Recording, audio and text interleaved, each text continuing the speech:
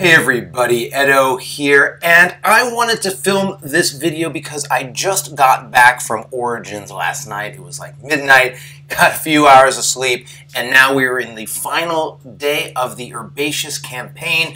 But in particular, this is the first time I have essentially closed a Kickstarter with a convention. And I know that's something that a lot of people have questions about and thoughts about, so I thought this was a great time to give you my thoughts and feedback. So I went to Origins. I had a booth that I was splitting with Keith Mateka from Thunderworks Games. Now, there was a little bit of a snafu where I was supposed to, we paid for a split booth. I was supposed to get billing as Pencil First Games, but I didn't. So it was listed as Thunderworks Games everywhere, and I didn't have my logo and other things like that. So that was a little bit frustrating, but we'll set that aside for a second because I don't know that that meaningfully inhibited my ability to be successful at the campaign. But we arrived Wednesday, and the exhibit hall was Thursday, Friday, Saturday, Sunday.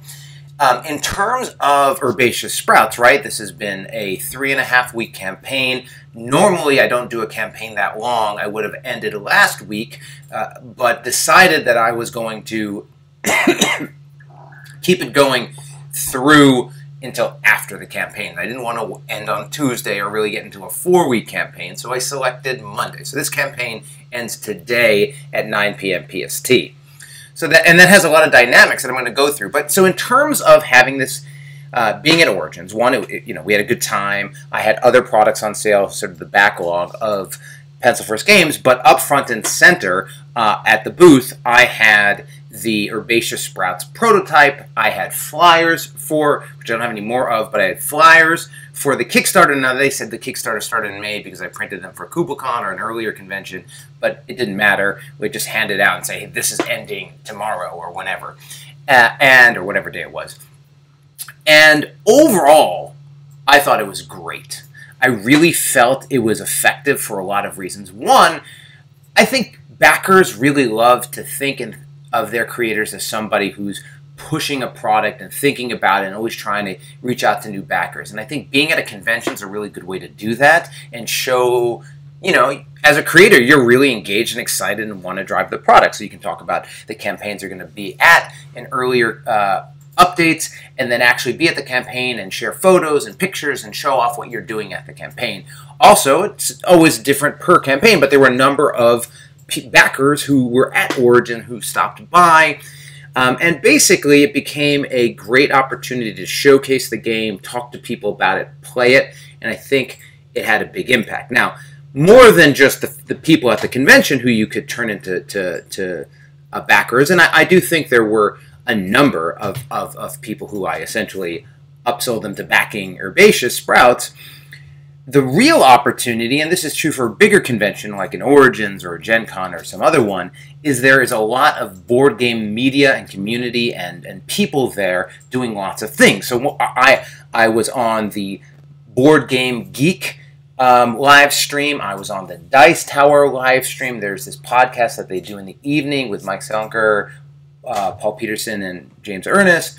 And then Board Game Revolution came by, and just more and more different community people, Derek Funkhauser from Board Game Spotlight, they're all working the show, right? So I think if you just sat at your booth and didn't really engage those people, you wouldn't gain the amplification of the event. But if you systematically are going and communicating and engaging them, getting them to take a photo of the game, getting them to share it on social media, being on these live streams, I really do think it's a huge amplifier to your success. And for Board Game Geek and the Dice Tower, they have open slots leading into the campaign. You can reach out to them or even be on their newsletter and find out about it. So it's really not like some exclusive thing. You just say, hey, I've got a game, it's live on Kickstarter, or we have these couple games that are coming out, and they're willing to put you on their show. I mean, again, sometimes they have tight slots, but I do suspect you can do that. With the other media creators and content creators, it's really just about finding them. And again, you're not getting necessarily huge pieces or reviews or anything like that. It's just this general coverage and awareness on the internet. So I really thought that was powerful and effective. There's also, at many of the larger conventions, the Board Game Geek Buzz List, and Herbaceous started trending on it, and it trended into the top 20 and then the top 15. And then I started spreading the word about that and reaching out to people at the show and via social media and in person at the booth to drive more awareness. And we actually got it up to number 5. It didn't end at number 5, but that was being showcased over there.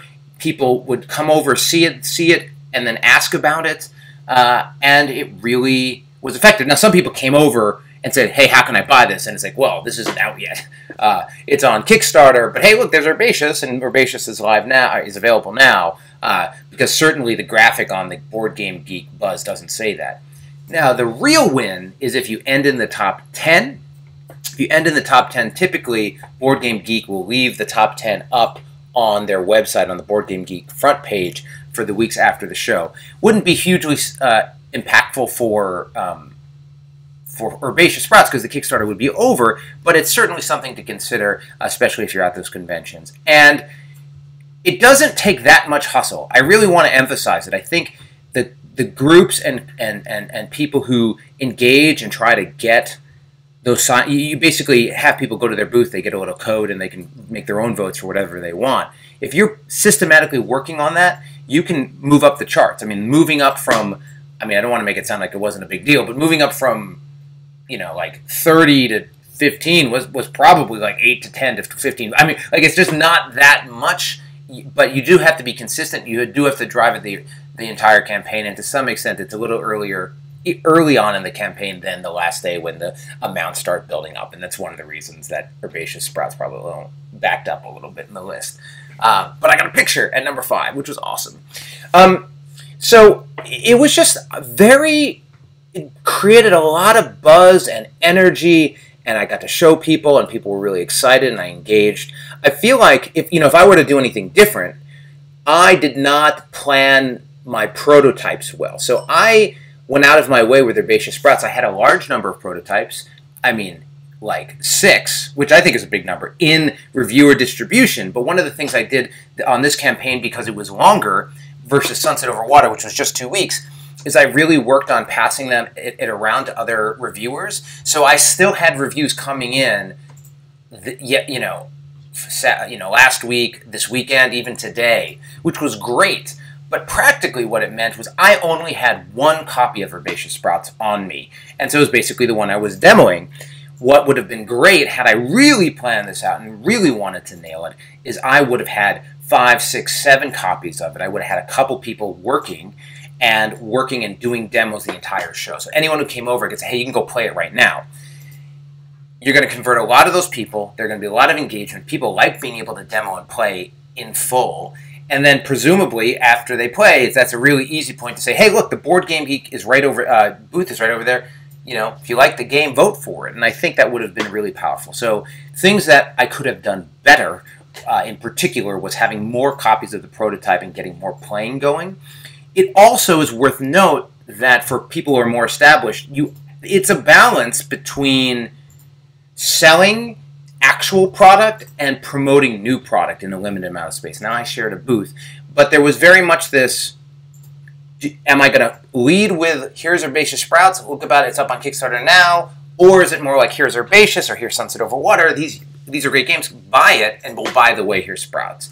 And it was a balance. I really wanted this to be the end of the campaign for Sprouts, so I made that the focal point of what I was doing, but I definitely think it's something to think about. In contrast, Keith, who was selling Role Player and the Role Player expansion, which sold out like in 2 days, and he just did amazing at the con. He had lockup in other projects that were being promoted. They weren't live on Kickstarter at the time, but it was really a secondary thing. He didn't have them out to show and play other than when people asked. It was really, he was showing the product that he had on sale. And I think you want to think about and find that balance. For me, in this whole thing, I was really like, I want Origins to be the closeout of the Herbaceous Sprouts campaign. So,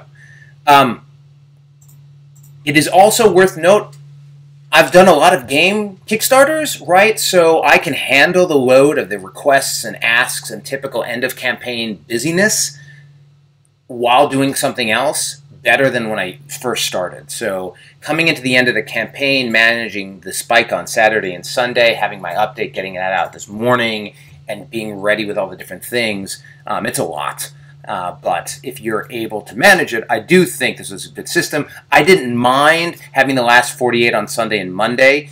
Sunday's not typically a big day, but people get those emails. I saw the backer spike a little bit, and then you just promote Monday as the final day. So it sort of condenses my last chance period, but I think it worked. So I liked it. So net, thought it was great. I would certainly do it again. It was worth extending the campaign, and I wanted to hit KubbleCon and Origins. A 3.5-week campaign is long. I wouldn't have minded a shorter campaign in general, but it worked. So hopefully if you're considering it, you found this helpful. And I really enjoyed Origins. It's a great mix of a show, worth checking out. It's like halfway between the small shows and halfway towards Gen Con or a big show. Or a huge show might be a better way of saying it.